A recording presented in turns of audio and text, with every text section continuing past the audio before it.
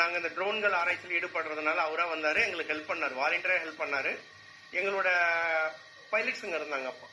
ஏன்னா ஒரு ரேஸில் வந்து மிகப்பெரிய நிறைய கரெக்டாக பிளான் பண்ணி பண்ணுறவர். அதே மாதிரி நிறைய ஹெலிகாப்டர்ஸ்லாம் பறப்பார், ட்ரோன்ஸை ரொம்ப காலமாக பறந்துருக்காரு, சின்ன சின்ன ட்ரோன்களை. நாங்கள் உதவி கேட்டதுனால அதுக்கான கரெக்டான பிளான்ஸ்.